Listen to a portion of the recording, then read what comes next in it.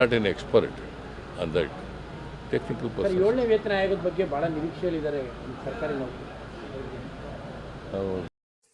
ಆತ್ಮೀಯ ಮಿತ್ರರೇ, ಸರ್ಕಾರಿ ನೌಕರರಿಗೆ, ನಿವೃತ್ತ ಸರ್ಕಾರಿ ನೌಕರರಿಗೆ ಸಂಬಳ ಹಾಗೂ ಪಿಂಚಣಿ ಹೆಚ್ಚಳದ ಬಗ್ಗೆ ವರದಿಗಾರರು ಕೇಳಿರುವಂಥ ಪ್ರಶ್ನೆಗೆ ಮಾನ್ಯ ಮುಖ್ಯಮಂತ್ರಿಗಳು ಯಾವ ರೀತಿ ಉತ್ತರ ಕೊಟ್ಟರು ಅಂತ ತಾವು ನೋಡಿದಿರಿ.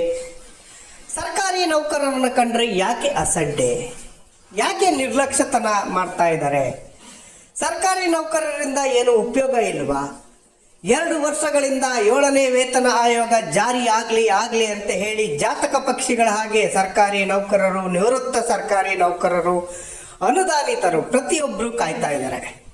ಬಟ್ ಸರ್ಕಾರ ಮಾತ್ರ 7ನೇ ವೇತನ ಆಯೋಗ ಜಾರಿಯ ಬಗ್ಗೆ ಚಕಾರವನ್ನೇ ಎತ್ತಾ ಇಲ್ಲ. 7ನೇ ವೇತನ ಆಯೋಗ ತನ್ನ ವರದಿಯನ್ನ ಕಳೆದ ಮಾರ್ಚ್ನಲ್ಲಿ ಕೊಟ್ಟಿತ್ತು. ಚುನಾವಣಾ ನೀತಿ ಸಂಹಿತೆ ಇತ್ತು. ಈ ನೀತಿ ಸಂಹಿತೆ ಕಾರಣಕ್ಕಾಗಿ ಅದು ಜಾರಿ ಆಗಿರಲಿಲ್ಲ.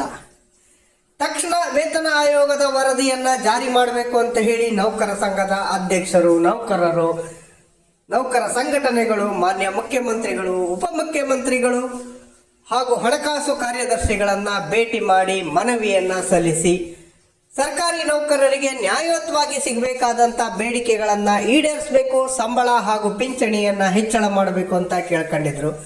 ಬಟ್ ಮೊನ್ನೆ ನಡೆದಂಥ ಸಚಿವ ಸಂಪುಟದ ಸಭೆಯಲ್ಲಿ ಸರ್ಕಾರಿ ನೌಕರರಿಗೆ 7ನೇ ವೇತನ ಆಯೋಗದ ಜಾರಿ ವಿಚಾರದಲ್ಲಿ ಯಾವುದೇ ನಿರ್ಧಾರವನ್ನ ಕೈಗೊಂಡಿಲ್ಲ. ಯಾಕೆ ಸರ್ಕಾರಿ ನೌಕರರ ಕಂಡ್ರೆ ಅಸಡ್ಡೆ? ಸರ್ಕಾರಿ ನೌಕರರು ಕೇಳ್ತಾ ಇರೋದು ಬೇಡಿಕೆ ನ್ಯಾಯಯುತವಾಗಿಲ್ವಾ?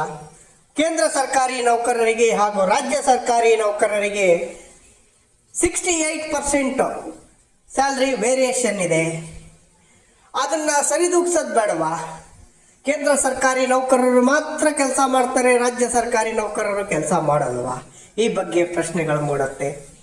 ಸರ್ಕಾರ ತಕ್ಷಣ ಸರ್ಕಾರಿ ನೌಕರರಿಗೆ ಸಿಗಬೇಕಾದಂಥ 7ನೇ ವೇತನ ಆಯೋಗದ ವರದಿಯನ್ನ ಜಾರಿ ಮಾಡಬೇಕು, ಸಂಬಳ ಪಿಂಚಣಿಯನ್ನ ಹೆಚ್ಚಳ ಮಾಡುವ ಬಗ್ಗೆ ಸರ್ಕಾರ ತಕ್ಷಣ ಗಮನ ಹರಿಸಬೇಕಾಗಿ ಸರ್ಕಾರದಲ್ಲಿ ಮನವಿ ಮಾಡ್ಕೊತೀನಿ.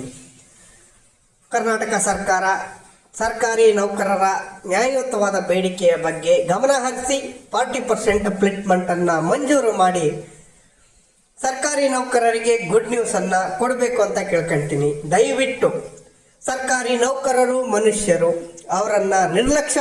Not an expert on that. Technical person. ಏಳನೇ ವೇತನ ಆಯೋಗದ ಬಗ್ಗೆ ಬಹಳ ನಿರೀಕ್ಷೆಯಲ್ಲಿದ್ದಾರೆ ಸರ್ಕಾರಿ ನೌಕರರು. ಸರ್ಕಾರಿ ನೌಕರರು ಮನುಷ್ಯರು, ಅವರನ್ನ ನಿರ್ಲಕ್ಷ್ಯ ಮಾಡಬೇಡಿ. ದಯವಿಟ್ಟು ವೇತನ ಆಯೋಗದ ವರದಿ ಜಾರಿ ಮಾಡಿ. ಈ ಮಾಹಿತಿ ಇಷ್ಟ ಆಗಿದ್ರೆ ದಯವಿಟ್ಟು ಸಬ್ಸ್ಕ್ರೈಬ್ ಮಾಡಿ, ಬೆಂಬಲಿಸಿ.